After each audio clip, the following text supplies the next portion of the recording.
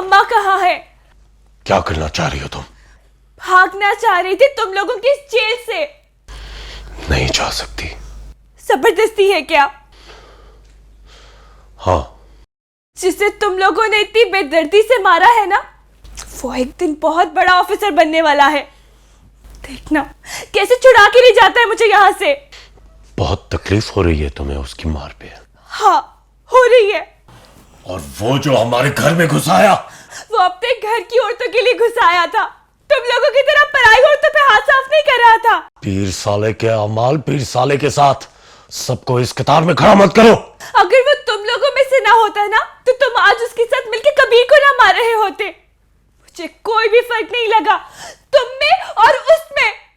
अम्मा मुझे यहाँ दुआओं के धोखे में ले आई थी। मुझे क्या पता था कि दुआएं ऐसी भी होती है, बद्दुआओं जैसी, अज़ाबों जैसी, गुनाहों जैसी।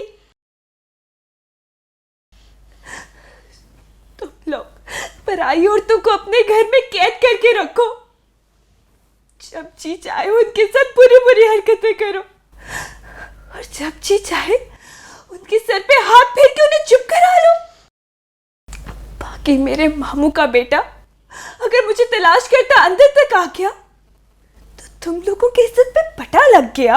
हमने आज तक किसी भी पराई औरत को अपने घर में कैद में नहीं रखा। हमारे घर में जितनी भी औरतें हैं, या तो वो हमारी मुलाजमाएं हैं या फिर हमारी अपनी।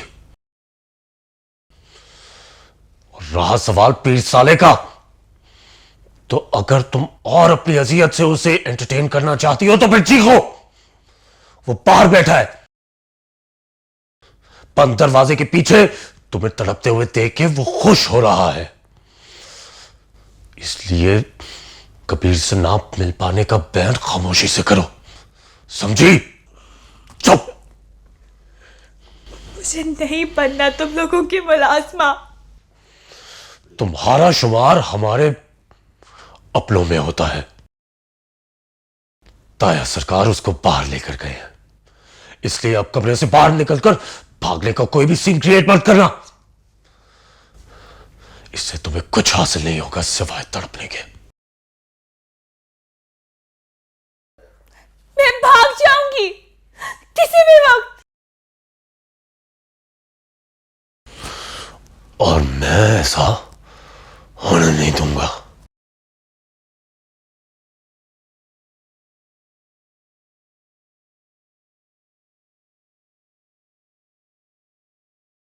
बड़ा मोतबर खून है हाफिज फजलुद्दीन का।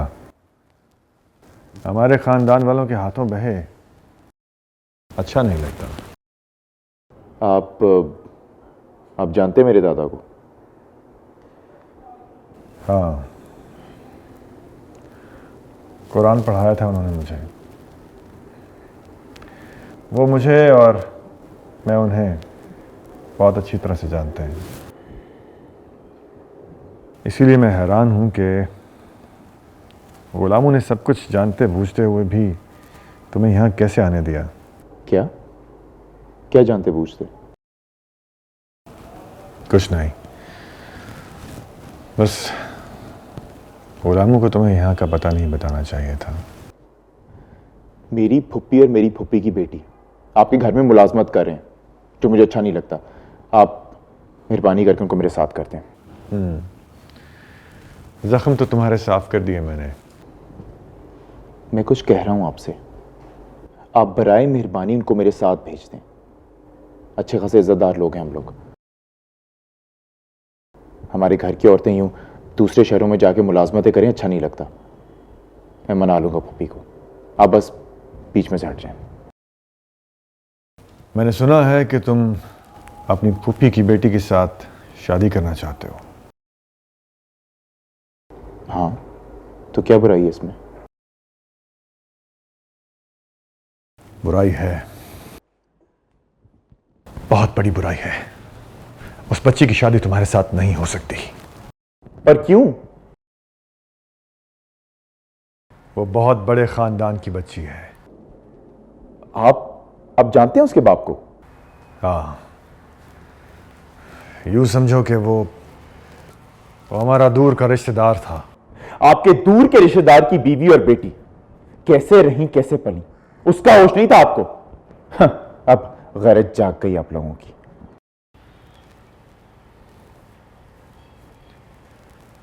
इसीलिए कह रहा हूं कि पहले ही बहुत देर हो चुकी है, मजीद देर हुई तो और ज्यादती हो जाएगी।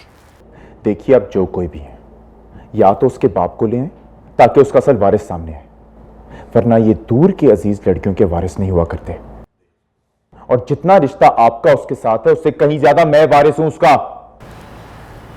देखो, अपने बाप से कहो कि वो तुम्हें समझाए, और मैं तुम्हें वार्न कर रहा हूं, आइंदा मेरे घर की दहलीज क्रॉस मत करना। अपनी फूफी से मिलने आना चाहो तो आ जाओ, लेकिन उस बच्ची से अब तुम्हारा कोई ताल्लुक नहीं है। ये कैसा अंधेर है? बस!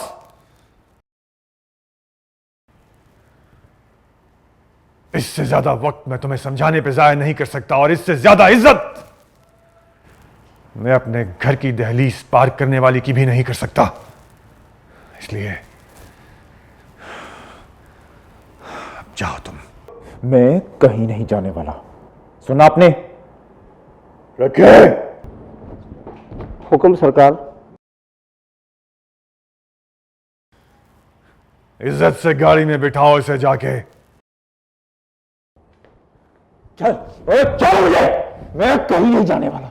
मैं नूर अफरोज को खामोश। मैंने कहा ना, मत लो ये नाम इस दरबार में, वरना हाथ पार मुंह बंधवा के घर भिजवाऊंगा। ले जाओ इसे। समझ नहीं हो तुम लोग? हमारे घर की औरतों को कैद करके रख लोगे, हम चूड़ियां पहन के बैठ जाएंगे? अरे तुम पीरों की इज्जत है, सिर्फ हमारी कोई इज्जत नहीं। मैं कह रहा हूं छोड़ो मुझे। अरे मैं लानत भेजता सी बुरीदी पे। अरे कहां से तुम लोगों की दुआएं कबूल होती हैं? यह लड़का आज के बाद इस शहर में नजर ना आए। मैं नूर अफरोज को लेके जाऊंगा। छोड़ो। रहा गर्दिशों में हरदम मेरे इश्क का सितारा, कभी डगमगाई कश्ती, कभी खो गया किनारा, कभी डगमगाई कश्ती, कभी खो गया किनारा, रहा गर्दिशों में हरदम। वो कदम कदम पे जीता, मैं कदम कदम पे हारा, रहा गर्दिशों में हरदम।